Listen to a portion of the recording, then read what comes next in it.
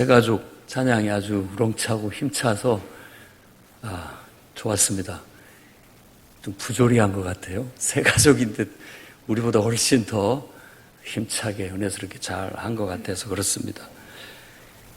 아이를 낳아서 대학에 보낼 때까지 3억 1천만 원 정도가 든다고 2012년 통계에 발표가 있었습니다. 참 말이 그렇지 3억 1천만 원이면 글쎄 아파트 분양가에 해당되는 것 같은데 아파트 한 채는 자식을 위해서 내놓으셔야 될 것 같습니다. 삼성전자 등기 이사들의 연봉은 노동자 평균 연봉의 자그마치 137배라고 합니다. 137배 믿겨지지가 않아요. 그들의 삼성전자 등기 임원의 평균 연봉은 한 52억 정도 된다고 그러고요. 노동자 평균 연봉은 따졌을 때 3,800만 원으로 봤을 때 137배라고 합니다. 부조리한 것 같습니다. 옛날 써니라는 영화를 봤는데 그 영화에서 이제 선생님이 오셔가지고 37번 네 그러니까 너무나 오늘 날짜가 7일이라고 해서 끝자리를 7자라고 하니까 맨날 그 같은 날짜에 끝수를 부르는 것은 좀 부당하다고 생각합니다. 부조리하다고 생각합니다 하고 앉아요. 오늘 주번 똑같은 사람이에요. 부조리함이라는 건 그럴 때 쓰는 말인 것 같습니다. 거기에 또 한 대목이 나오는데 그 써니의 주인공의 오빠죠. 민주화 운동을 하면서 군부 독재에 대해서 이 부조리함을 타도해야 된다고 밥상머리에서 얘기했다가 아버지한테 한 소리 듣는 그 오빠는 나중에 커서 사업을 운영하는데 외국인 노동자한테 임금을 안 줘서 고발당하는 그런 또 부조리를 저질러요.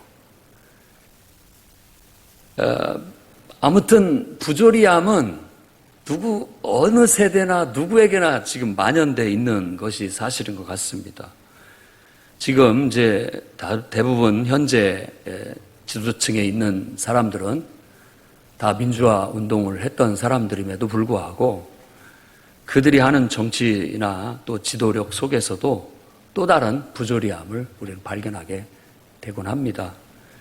그러니까 자기들의 나름대로 교리가 다 있어요. 그래서 그 교리가 옳다고 생각하고 그걸 주장을 하고 실현하려고 하지만 알고 보면 욥기에서 말하는 새 친구들의 가르침이나 진배 없습니다. 예, 늘 옳은 말이지만 또 다른 패단을 갖고 있어요. 그래서 완벽할 수가 없다라는 그런 뜻입니다. 이 부조리가 그래서 나오는 겁니다. 오늘 말씀에서도 욥이 지금 하나님 앞에 한탄하고 탄식하는 것은 왜 하나님 가만히 보고만 계시느냐, 이 세상의 이 부조리함을 왜 방관하고 계시느냐라고 지금 원망과 불평을 쏟아내고 있는 것입니다. 당장에 오셔서 정의를 실현하시고 이 땅의 악을 벌하시고 이 땅의 정의를 탁 구현하셔야지 왜 방관자처럼 못 본 채 하고 계십니까? 라고 지금 그의 심정을 토로하고 있는 겁니다. 마치 하나님이 방관하고 계신 듯한 부조리한 현실을 묵상하면서 저는 다음과 같은 하나님 말씀을 여러분에게 전하고자 합니다. 첫째는 부조리한 현실 속에서도 바로 지금 자신의 삶을 충실할 수 있는 여러분이 되시기를 바랍니다. 1절에 보면 어찌 전능자는 때를 정해놓지 아니하셨는가, 그를 아는 자들이 그날을 보지 못하는고라고 탄식하는데 사실 이것은 빨리 하나님께서 정의를 바로 잡아달라는, 욥은 자신의 결백을 밝혀달라는 그런 외침을 이와 같이 말하고 있는 겁니다. 빨리 오셔서 하나님 악과 선을 가려주십시오. 이 땅에 악을 벌하시고 정의를 드러내 주십시오 라고 요구하는 바람 속에 있는데 그 말이 너무나 고통스러운 나머지 반항하는 마음으로 하나님과 세상 앞에 그의 마음 태도가 지금 나타나고 있다라는 겁니다.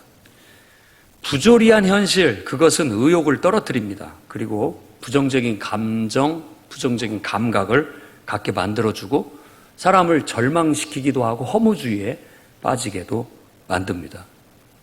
부조리라는 것은 원래 조리에 맞지 않는다라는 그런 의미를 가진 단어이지만 실존주의 철학자들은 이것을 인생에서 의미를 발견할 수 없는 어떤 이치에 도리에 맞지 않은 인생을 두고 부조리하다라고 말했습니다.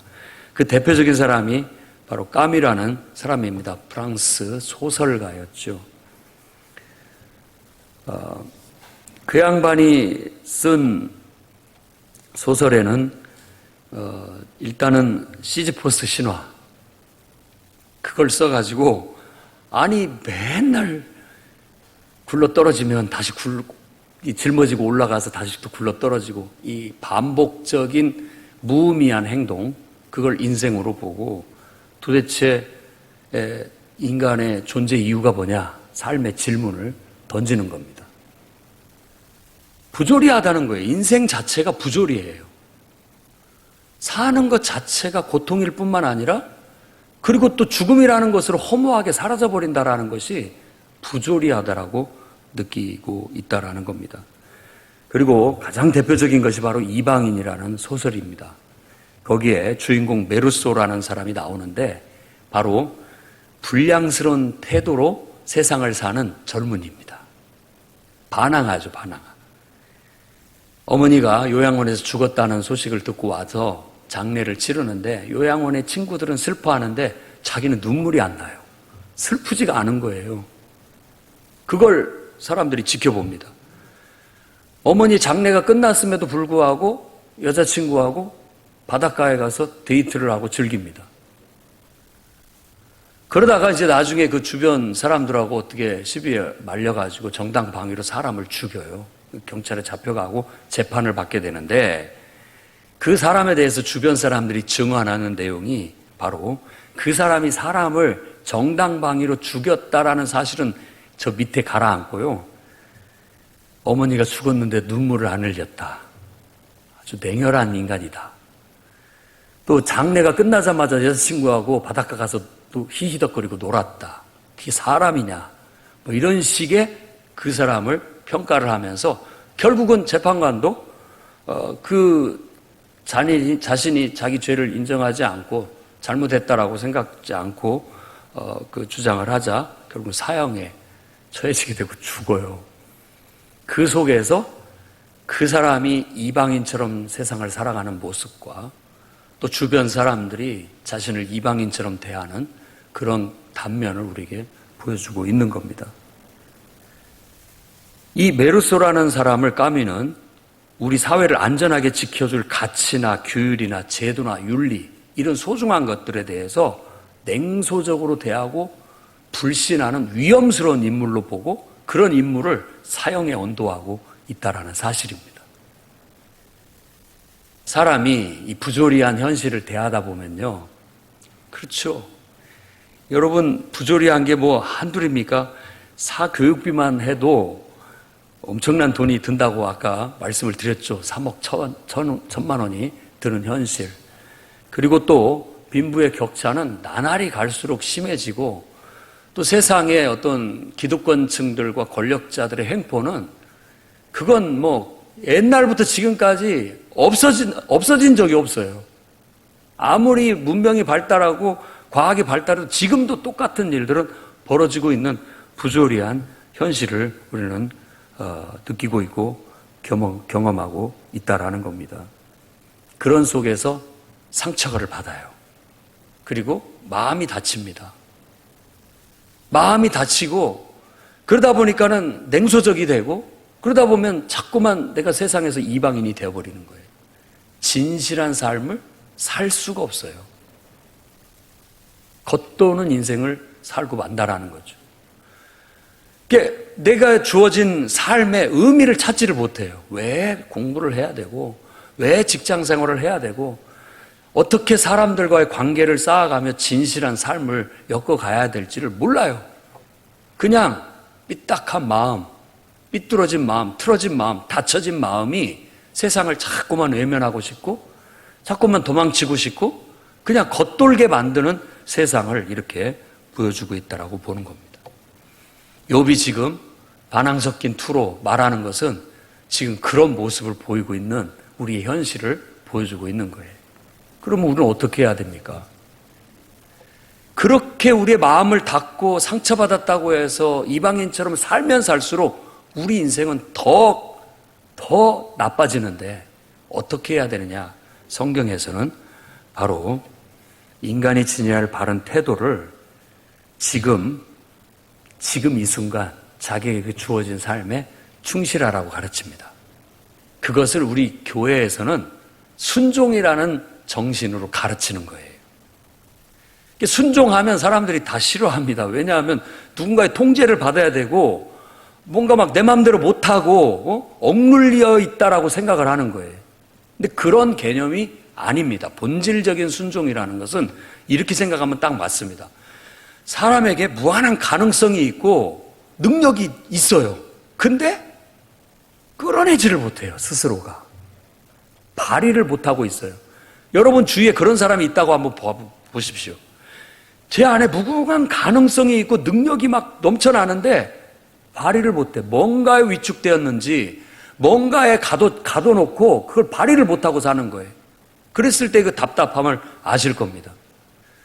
여러분들이 만일 멘토고 그 사람을 지도할 수 있는 권위가 있는 사람이라면 가서 그 부분을 풀어주고 싶을 거예요.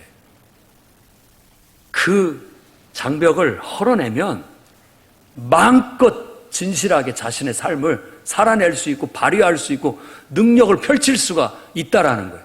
근데 그런 자신의 능력을 펼칠 수 있는 그런 걸 순종이라고 말하는 겁니다. 순종. 그 순종은 절대적 신뢰와 절대적인 어떤 신뢰와 믿음에서만 나옵니다. 그러니까 우리는 그걸 배우는 거예요. 성경에서.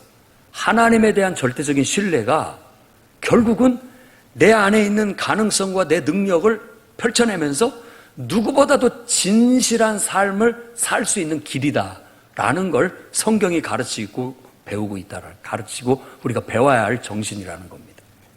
여러분, 세상은 부조리합니다. 어떻게 합니까?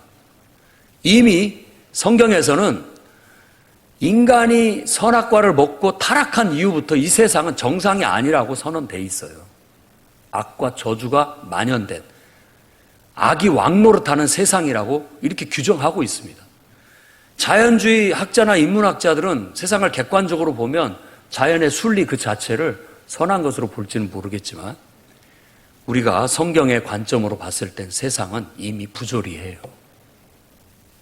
근데 그 부조리함을 탓하고 그것 때문에 마음 닫고 그것 때문에 상처받았다고 하고 이방인처럼 뒤로 물러가고 도망다니고 겉돌듯이 인생을 산다면 결국은 우리 손해고 세월을 허비하는 거 아니고 무엇이겠습니까?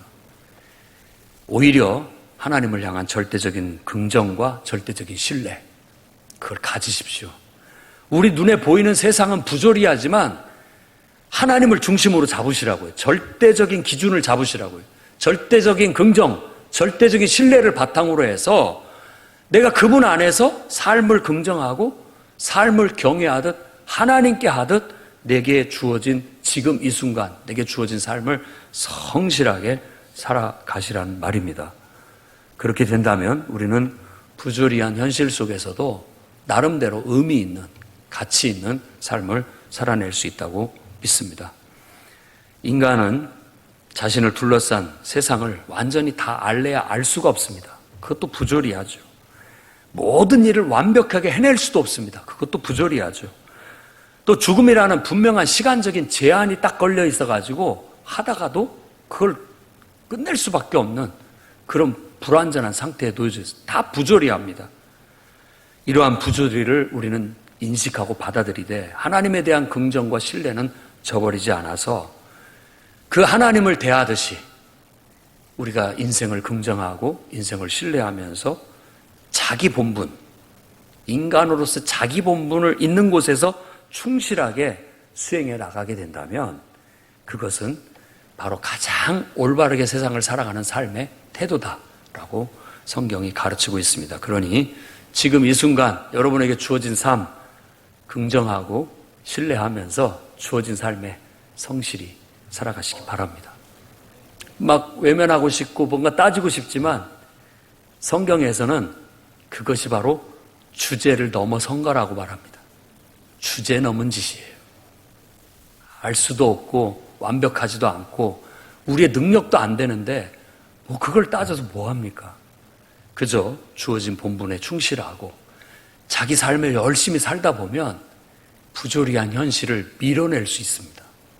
이겨낼 수 있어요. 그게 최선이에요.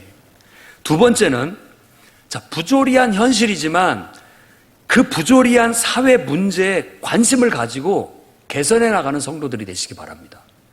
오늘 2절부터 11절까지 얘기는 어떤 사람은 땅에 경계표를 옮기며, 이건 부정한 방법으로 남의 땅을 갈취한다는 뜻입니다. 양떼를 빼앗아 기르며 남의 소유를 착복하고 이런다는 뜻이죠. 근데 가만히 생각해 보십시오. 여러분들은 진화론을 학교에서 배우고 어느 정도 과학적이라고 신뢰하고 계시지 않습니까? 진화론의 가장 핵심적인 게 뭡니까? 약육강식이에요. 적자 생존입니다. 그런 세상 속에서 우리가 살고 있다라고 보는 거예요. 그러고 보면 어떤 면에서 맞는 것 같은데 굉장히 우울합니다. 우리 인간의 값어치가 짐승처럼 떨어진 것 같아요. 사람은 약육강식, 적자 생존의 원리에 맞춰서 살아가면 안 됩니다. 그러면 인간의 본분을, 인간의 어떤 가치를 떨어뜨려 버리는 것이에요.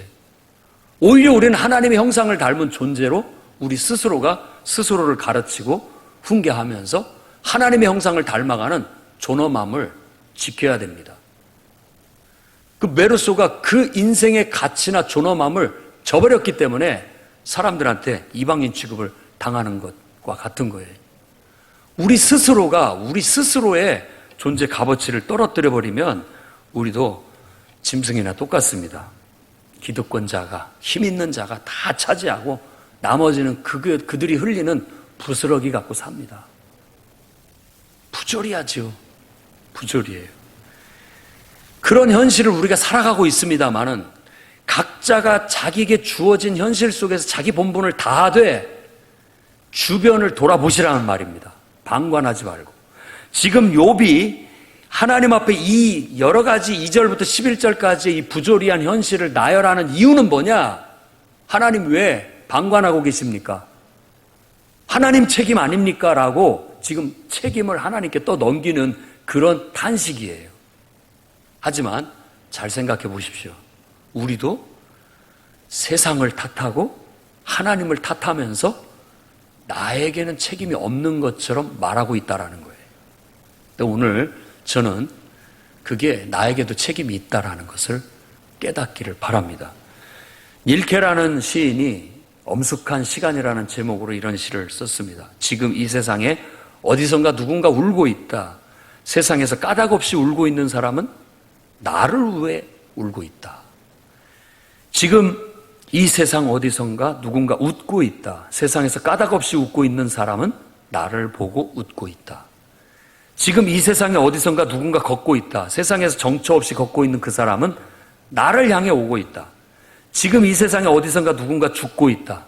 세상에서 까닭없이 죽고 있는 그 사람은 나를 쳐다보고 있다. 세상에서 일어나는 모든 사람의 일들은 나와 무관하지 않다라는 걸 시로 고백하고 있는 것이죠. 무관하지 않습니다. 이 부조리한 세상이 나와 무관하지 않아요. 그렇다면 우리는 이 부조리한 현실을 보고 어떻게 해야 되느냐? 부조리함을 인식하고 깨닫되 우리가 살아가고 있는 현장 속에서는 그 부조리함에 관심을 갖고 개선해 나가는 시도를 해야 된다는 겁니다. 노력을 해야 되는 거예요. 그걸 통해서 우리는 우리 안에 밀고 들어오는 악의 독소들을 밀어낼 수 있고, 내가 살아가는 그 세계 속에서는 내 힘으로는 불가능할지 모르지만 우리가 하나님을 절대 신뢰하고 긍정하는 신앙의 힘으로 어둠을 밝혀나가야 됩니다. 소금처럼 세상에 영향력을 행사하며 살아가야 된다라는 것입니다. 그러니 이 말은 하나님이 들어야 할 말이 아니라 우리가 들어야 할 말이라고 저는 느껴집니다. 왜 보고만 있느냐? 왜 방관하느냐? 왜 방관하고 있느냐? 가정에 문제가 있어요. 방관하고 모른 체하고 안 될 일이죠. 사랑하기 때문에 아프지만 에너지도 딸리고 시간도 없지만 그걸 들여서 어떻게든지 개선하려고 더 나아지게 하려고 노력해야 되는 겁니다.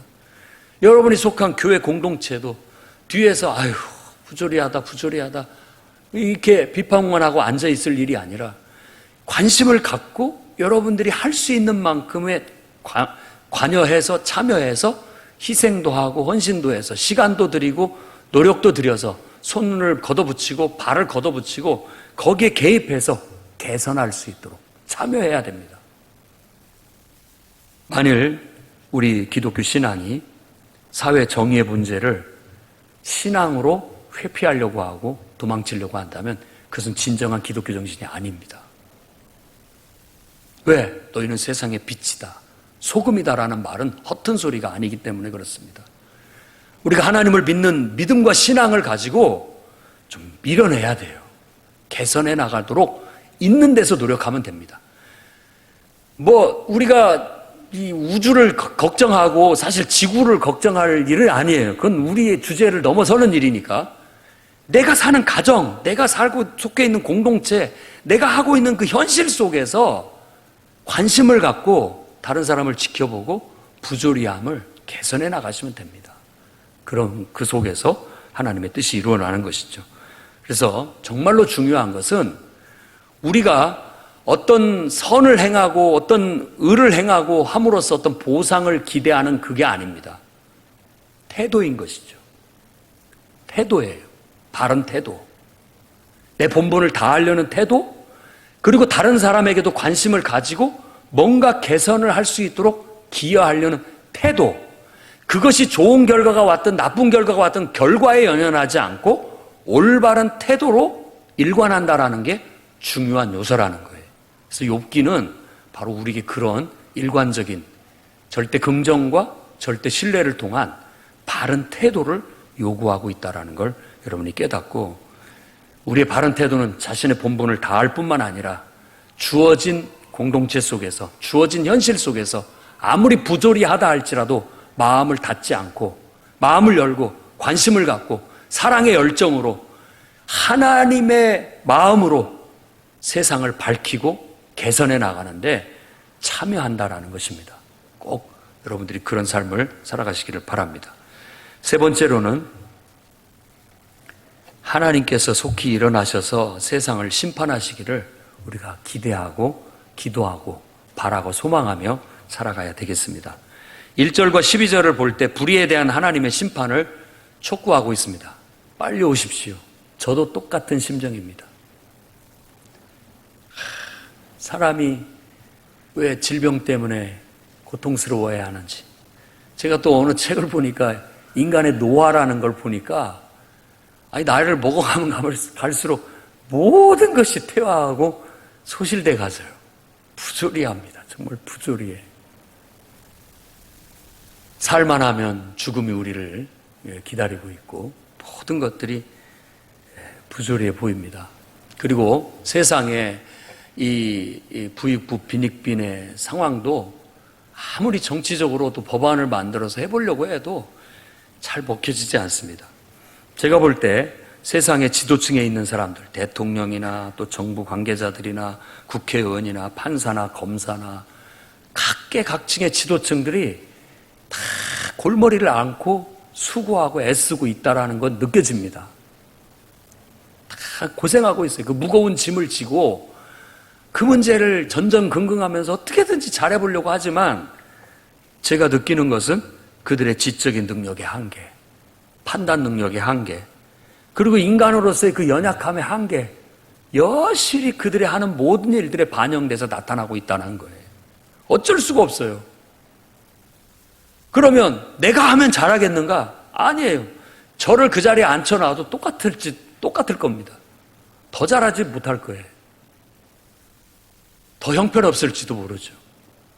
하지만 늘 기대는 더 뛰어난 자가 나타나서 더 능력 있는 자가 나타나서 누구보다도 탁월하게 그런 문제를 해결해 주기를 바라는 마음은 똑같습니다. 간절하죠. 근데 성경에서는 그분이 바로 하나님밖에 없다고 말하고 있는 겁니다. 이 세상의 악과 저주는 하나님 외에 걷어낼 수 있는 분이 없습니다. 어떤 지도자도 정치인도 법안도 그걸 다 완벽하게 처리해내지 못합니다. 그 한계를 인정해야 돼요. 그렇다고 해서 부조리를 그냥 만연하게 그냥 방관하라는 뜻도 아닙니다. 개선을 해나가되 한계가 있다는 것을 인정하고 우리의 간절한 바람은 주님께서 빨리 오셔서 주님이 이 세상을 바로잡아 주시기를 바라는 간절한 마음입니다. 원래 주일날을 우리가 주의 날이라고 하는 것은 예수님이 부활하신 것을 기념하기 위한 축제의 의미를 갖고 있습니다. 그래서 예수님이 부활하신 날, 그 날을 주의 날이라고 부르고 그날 모여서 예수님의 부활을 기뻐하고 기념하고 우리도 그 부활의 영원한 생명을 덧입기를 바라는 소망을 담아 모임을 갖고 서로 격려하고 독려하는 겁니다. 그날은 바로 예수님이 재림하시는 날이에요. 그러니까 오늘 그 때라는 말이나 그의 날이라는 말은 바로 그 날을 두고 얘기하는 겁니다. 하나님의 때, 하나님의 날, 그 심판의 날. 그래서 이 세상의 악과 저주를 다 걷어내셔서 더 이상 눈물 흘릴 일도 없고 늙어가면서 고통받을 일도 없고 질병 때문에 정말 안타까워할 일도 없고 죽음이라는 것으로 인한 그 부조리함에 우리가 눈물 흘리고 절망할 일도 없는 그런 날을 하나님께서 우리에게 빨리 허락하시기를 그날을 소망 삼고 살아가는 겁니다. 그러니까 부조리한 현실 속에 여러분의 만족을 다 충족시켜주지는 못하는 현실과 사람들 때문에 너무 상처받거나 마음 닫지 마시란 말입니다. 당당하십시오. 우리는 하나님만 절대 긍정하고 절대 신뢰하는 그 중심만 분명하면 얼마든지 부조리한 세상 속에서도 나름대로 삶의 의미를 찾을 수 있고 또 내 본분을 다할 수 있고 또 우리가 사회 속에서 우리의 책임을 다하면서 뭔가를 기여할 수 있고 그러다 보면 때가 돼서 주님이 오셔서 우리가 원하는 그 나라를 약속하신 그 나라를 축복으로 주실 겁니다. 그 날을 소망 삼고 우리 함께 기뻐하면서 오늘도 모였으니 그날까지 우리 힘냅시다. 우리 찬송하면서 서로 격려하면서 그날까지 꿋꿋하게 살아냅시다. 이겨냅시다. 라고 함께 할 수 있기를 주의 이름으로 축원합니다. 기도하겠습니다. 거룩하신 주님,